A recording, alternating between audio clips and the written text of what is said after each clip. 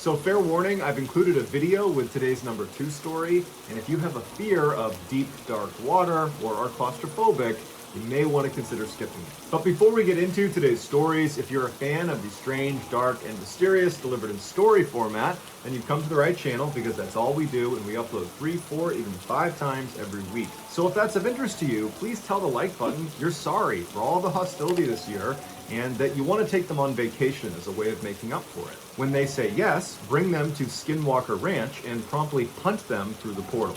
Also, please subscribe to our channel and turn on all notifications so you don't miss any of our weekly uploads. All right, let's get into today's stories.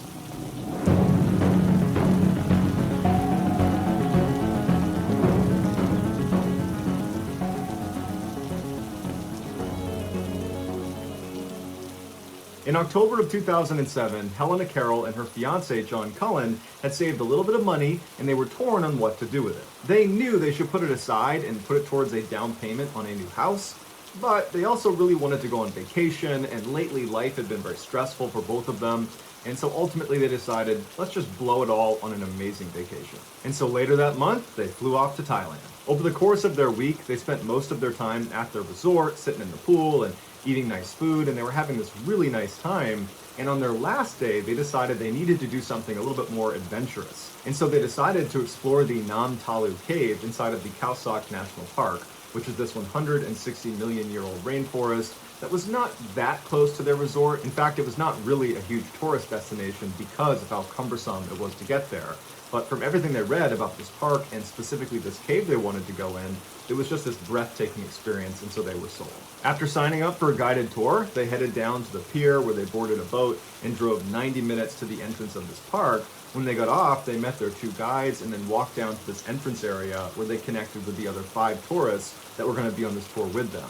Those 5 people were 2 Swiss parents and their 2 teenage daughters, along with a 10-year-old German boy who was there on his own.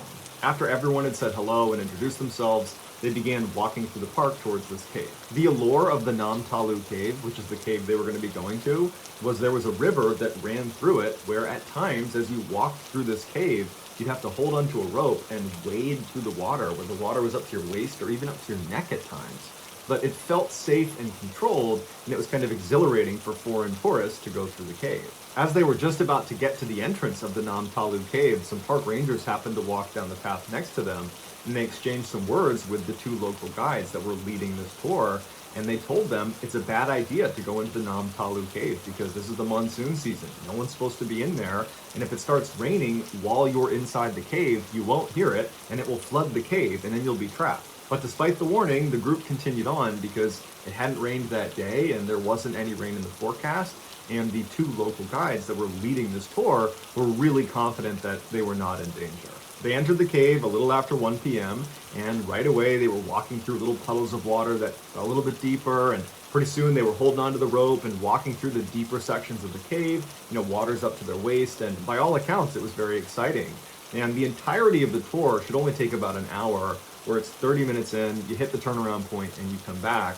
And they had made it about 20 to 25 minutes in, right before the turnaround point, when Helena and John, who were towards the front of the tour group, heard what sounded like a rushing or roaring sound coming from the entrance of the cave. And they turned around and they saw this wave of water barreling into the cave. And instinctively, John and Helena start climbing up the walls, and luckily there was a ledge where they were, and they managed to scramble up onto this ledge. And Helena would say as soon as she got up there, she turned around to look where she had just been standing, right as this surge of water blasted past them, carrying with it the 2 tour guides and the 10-year-old German boy, who immediately got swept around the corner down the dark tunnel. And then seconds later, the 2 Swiss parents and their teenage daughters, they got swept away around the corner.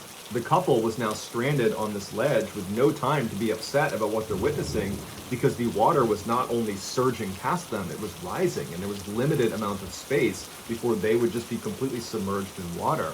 And so they tried their best to climb up this wall to a slightly higher ledge, which was still only a few feet away from these rushing rapids. And so as they're crouched up on this ledge, John eventually says to Helena, we're going to die if we stay here. We're going to drown. And so I need to find a way to maybe get past this initial rush of water, and maybe on the far side of the cave, I can work my way back up to the entrance and hopefully get us some help. And initially Helena said, don't do it, don't leave, we're safe here. But eventually he said to her, I have to go. I love you. I have to go." And she said, "Okay." And he jumped into the water, and almost immediately he was pulled under and disappeared.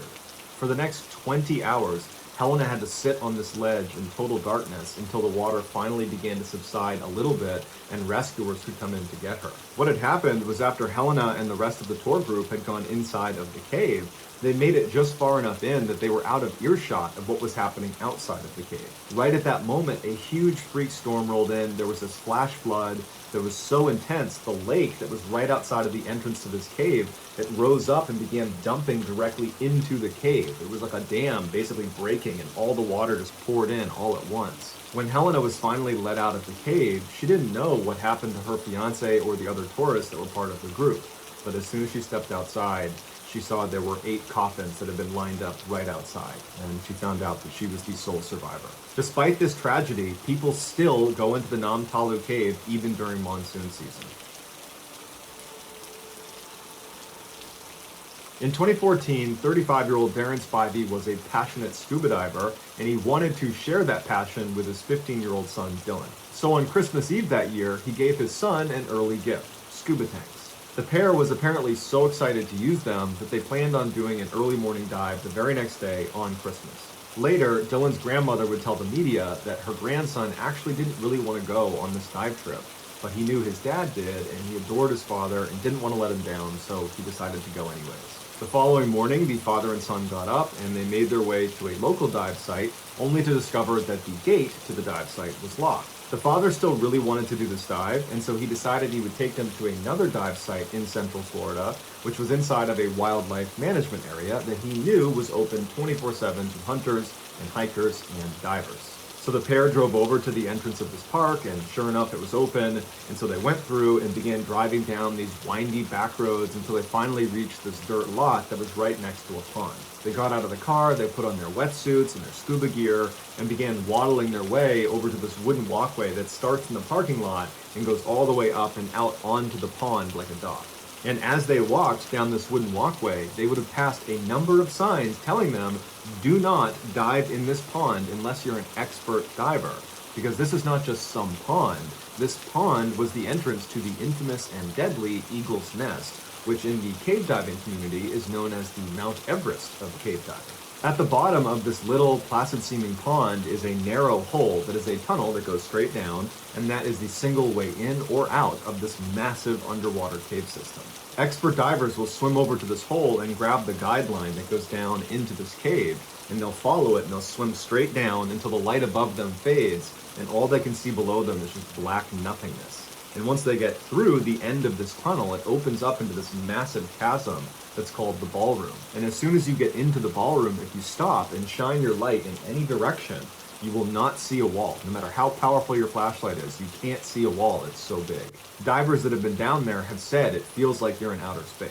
This guideline goes straight down to the bottom of the ballroom at about 130 feet, at which point you see a sign that has a Grim Reaper on it that says, "Stop, prevent your own death, do not go any farther. There's nothing in this cave that is worth dying for." Basically, this is your last chance to turn around and get to the surface relatively easily, because from this sign, the cave splits off in 2 different directions, where the tunnel gets narrower and it kind of spiders around, and in certain points it goes all the way down to 300 feet. So beyond this sign, it is extremely dangerous unless you know what you're doing, and even then, it's still extremely dangerous. There's also a current that runs through Eagle's Nest, so if you were to lose the guideline, especially in the ballroom, you could be blown away and then have a really hard time finding it again because it's pitch black down there, and it's like finding a needle in a haystack. And if you're not holding on to the guideline, it's nearly impossible to find the one way out. So you understand how intimidating and dark and dangerous this place is, here's a video of a diver going through that tunnel into the ballroom.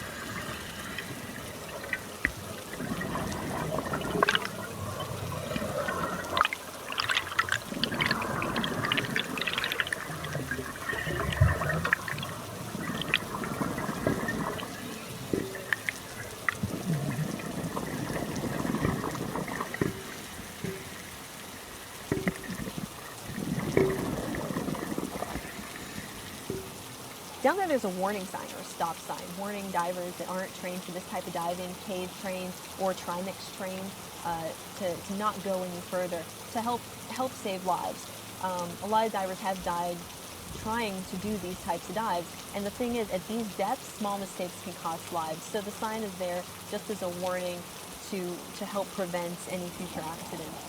But as Darren and Dylan sat at the end of the walkway getting ready to jump into this pond, they were unfazed by the countless warnings, even though neither of them were expert divers. In fact, Dylan wasn't even a certified diver at all. This was one of his first dives. Before the pair jumped into the water, Darren texted his fiancée and said they were at Eagle's Nest and they were about to do this dive and that he would call when they got back to the surface. After that, he put his phone away on the surface and the two of them jumped into the water and started swimming their way over to the entrance to Eagle's Nest. Hours went by and Darren's fiancée did not get a call from Darren.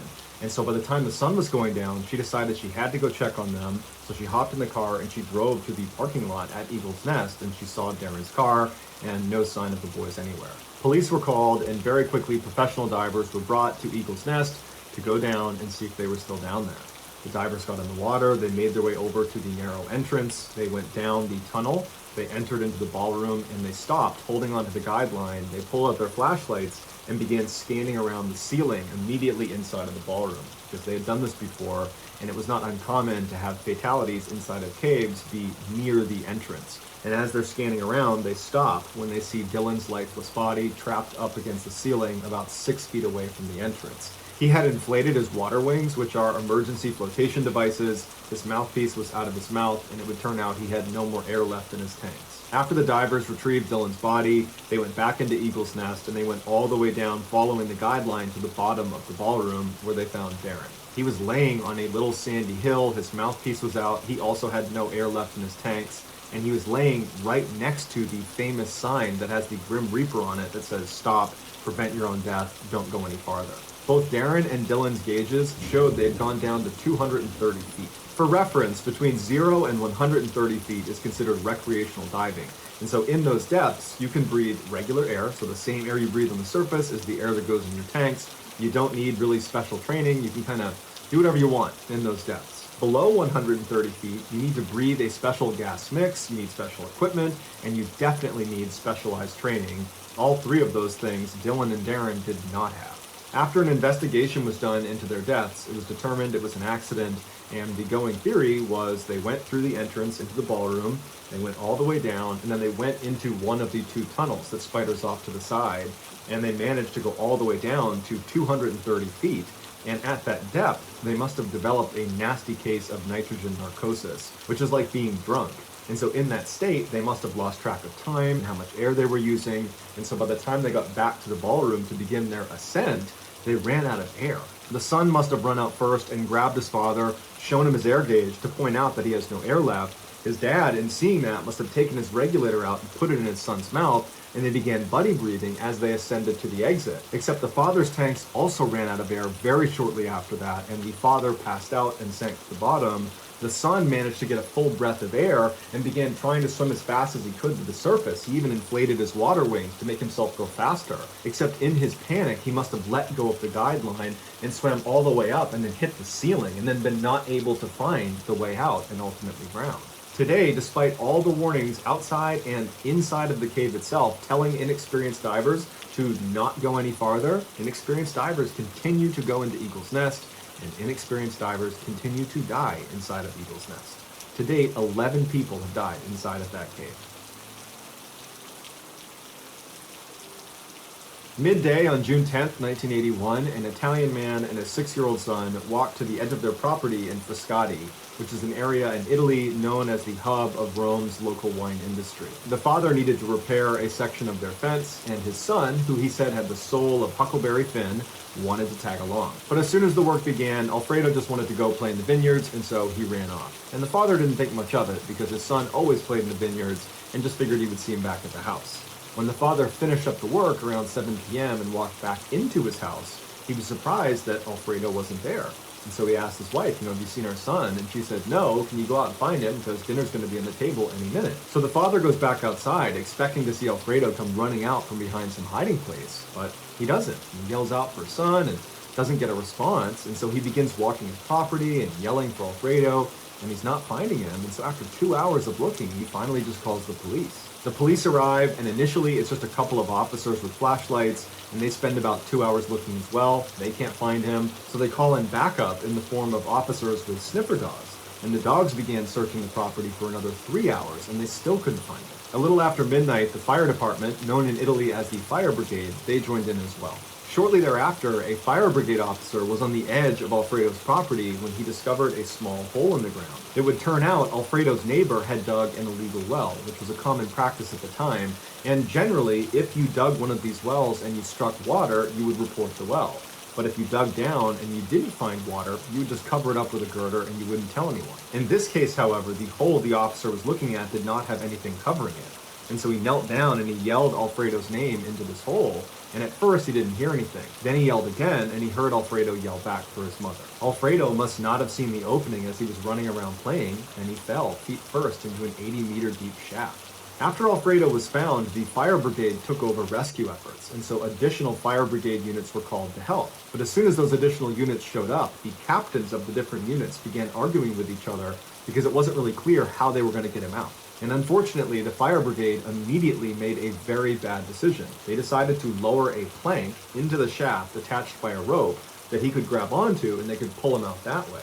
But when they lowered it at about 24 meters, the plank got stuck inside of the tunnel. And when they yanked on the rope to try to free it, the rope came off of the plank, but the plank remained wedged in the tunnel, blocking the tunnel. By the following morning, TV crews had swarmed the area, and one of them offered up a two-way microphone that could be lowered down into the hole so they could talk directly to Alfredo. When the microphone was finally lowered down next to his face, he was crying and pleading for them to get him out and that he missed his mother. Amateur spelunker Tullio Barnaby, a 23-year-old, had come over and joined the vigil that night. The plank plan shocked him for its foolishness, and so too did the scene. It was like everyone and no one was in charge.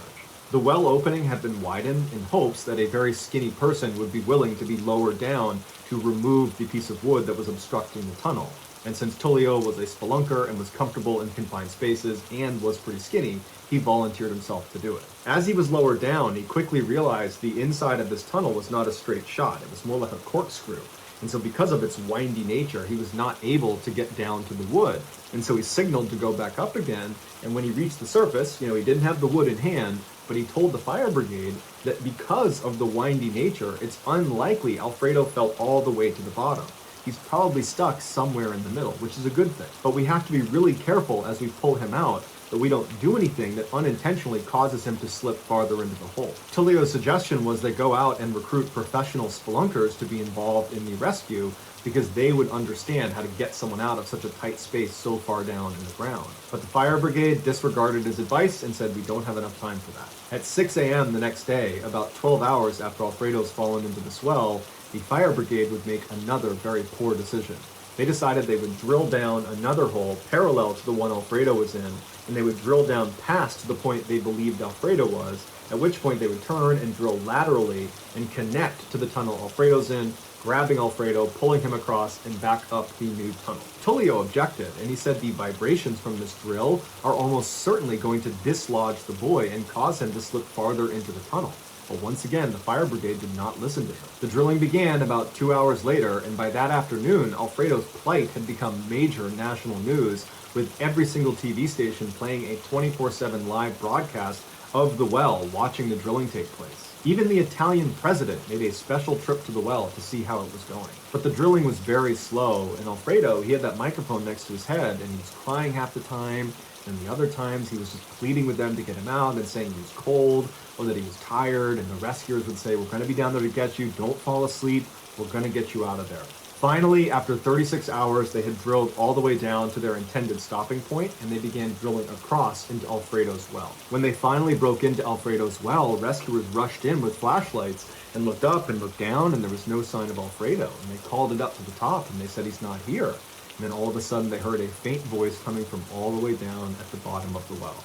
The vibrations from all of the drilling had indeed caused Alfredo to slip all the way to the very bottom. They estimated he was approximately 30 meters below this new parallel tunnel, And at that depth, the temperatures would be freezing. And so now Alfredo, on top of everything else, was facing hypothermia. They quickly lowered the microphone again down to Alfredo, and they told him, "We're going to get you out of there. We're sorry we dropped you, but we're going to get you." And Alfredo's voice came back weak. He was tired. He was sore. He was freezing. He was crying. It was like the situation was just getting so much worse by the second. And rescuers knew they had to get to him probably in the next couple of hours, or that was it. And so another skinny man volunteered to go down into the hole, and they lowered him, and he would go all the way down to the bottom where Alfredo was. And he would call up that he found him and that Alfredo was alive. But Alfredo was stuck waist deep in this mud that the guy could not pull him out of. And so every time he'd begin to raise him slightly out of the mud, he'd lose his grip and he would fall back into the mud, going deeper into the mud each time.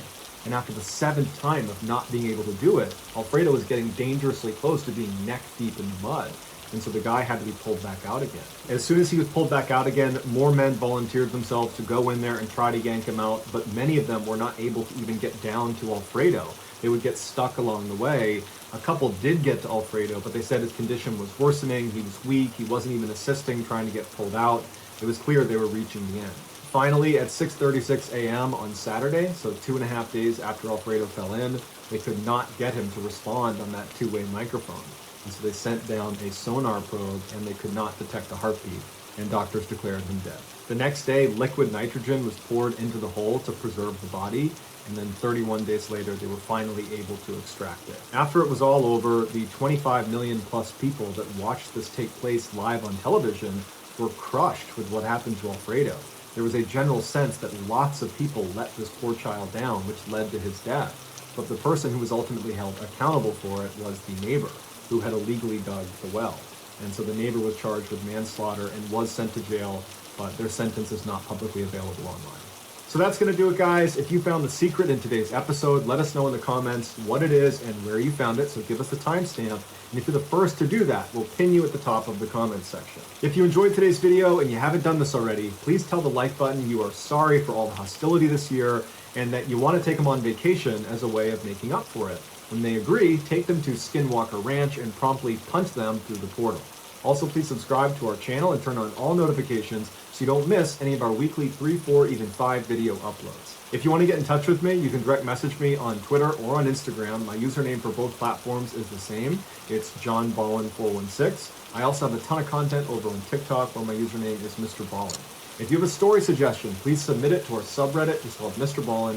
It's linked in the description below. So whether I see you on Twitter, Instagram, TikTok, Reddit, YouTube, or some combination, just know that I really appreciate your support, and until next time, that's going to do it. See you.